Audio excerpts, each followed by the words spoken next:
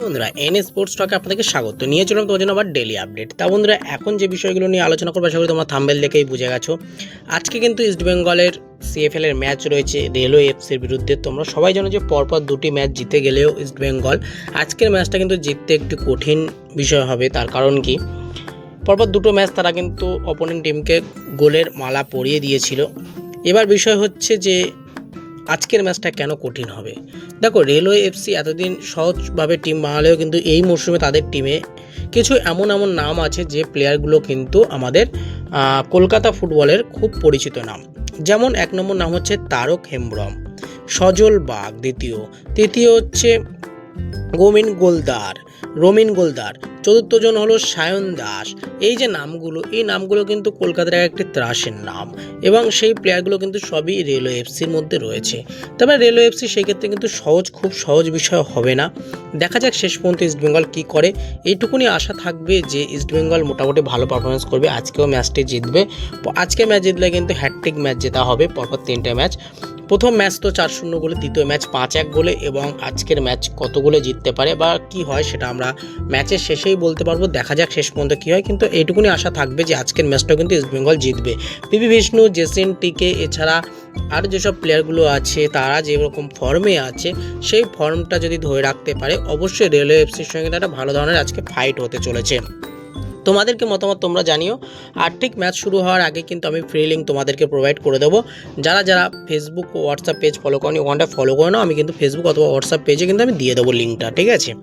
তা চলো এবার পরবর্তী আপডেটে আসা যাক। সেটা হলো যে কিছু ট্রান্সফার নিউজ নিয়েই কথা বলি। প্রথমত তোমাদেরকে যে আপডেটটা দেবো সেটা হলো 35 বছর বয়সী পর্তুগালের প্লেয়ার নুনো রেইসকে নিয়ে।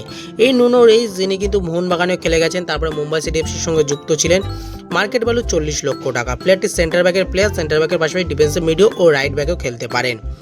এই প্লেয়ারটির সঙ্গে কিন্তু মুম্বাই সিটি এফসি আর কোনো রকম নতুন চুক্তি করতে চাইছে না। এবার এই প্লেয়ারটির কিন্তু গন্তব্য হতে চলেছে ইন্ডিয়ান সুপার লিগের আরও একটি ক্লাব চেন্নাই সুপার কিংসের সঙ্গে কিন্তু তার কথাবার্তা প্রায় শেষ পর্যায়ে দাঁড়িয়ে রয়েছে। যদি সব কিছু ঠিক থাকে, যদি কোনোভাবে ডিলটা ক্লপস না হয়, তাহলে কিন্তু অবশ্যই এই নুনো রেইস চেন্নাই এফসির হয়ে মাঠে নামতে চলেছে। দেখার বিষয় থাকবে যে শেষ পর্যন্ত নুনো রেইস চেন্নাইয়ের জার্সিতে মাঠে নামতে পারে কিনা, সেদিকে দেখার। এরপর চলে আসি পরবর্তী আপডেটে। সেটা হলো বন্ধুরা একটি মোহনবাগানের আপডেটকে নিয়ে। 30 বছর বয়সী অ্যাটাকিং মিডিওর প্লেয়ার ড্যানিয়েল কোপিকে নিয়ে। এই ড্যানিয়েল কোপি যিনি কিন্তু ঘানার একটি অ্যাটাকিং মিডিওর প্লেয়ার, অ্যাটাকিং মিডিও পাশাপাশি সেন্টার, সেকেন্ড স্ট্রাইকার ও লেফট উইং পজিশনেও খেলতে পারেন। মার্কেট ভ্যালু কিন্তু 80 লক্ষ টাকা। এই প্লেয়ারটি বর্তমানে পুরোপুরি ফ্রি প্লেয়ার রয়েছে। প্লেয়ারটির সঙ্গে কিন্তু মোহনবাগান ম্যানেজমেন্টের একটা কথাবার্তা চলছে বলে জানা যাচ্ছে। তার ক্লাব ক্যারিয়ারে টোটাল তিনি 234টা ম্যাচ খেলেছেন, সেখানটা 69টা গোল এবং 49টা অ্যাসিস্ট রয়েছে। প্লেয়ারটি কিন্তু ঘানা ন্যাশনাল টিমের হয়ে 18টা ম্যাচও খেলেছেন। তাহলে বুঝতে পারছো প্লেয়ারটার মধ্যে মোটামুটি সেই কোয়ালিটিটা রয়েছে। এবার দেখার বিষয় থাকবে যে মোহনবাগান শেষ পর্যন্ত এই প্লেয়ারটির উপর শিলমোহর দেয় কিনা, সেদিকে তো যেমন দেখার বিষয় থাকবে। আর মোহনবাগানে যদিও আসে এই প্লেয়ারটি, তাহলে কার জায়গায় আসবে? রবসন রবিনোকে তো এখনও থ্যাংক ইউ জানায়নি মোহনবাগান, তাহলে রবসন রবিনোর জায়গায় মেবি আসতে চলেছে এই ড্যানিয়েল কোপি। দেখার বিষয় থাকবে যে শেষ পর্যন্ত এই ড্যানিয়েল কোপিকে সাইনিং করাতে পারে কিনা মোহনবাগান। এরপর চলে আসছে আমাদের একটু ইস্টবেঙ্গলের আপডেট নিয়ে।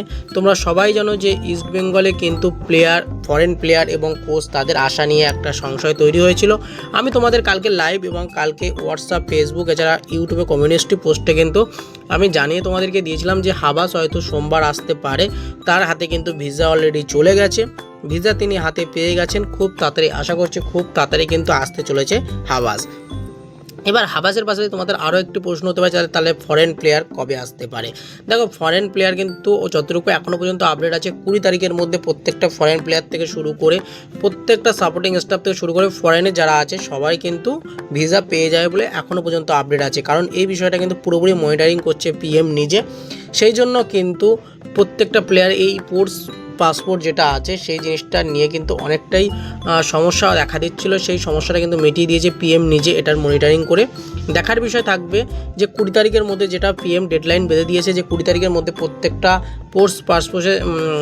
পাসপোর্টের জন্য যত কাগজপত্র জমা পড়েছে সেই সব বিষয়গুলো কিন্তু সবগুলো সলভ করে দিতে হবে।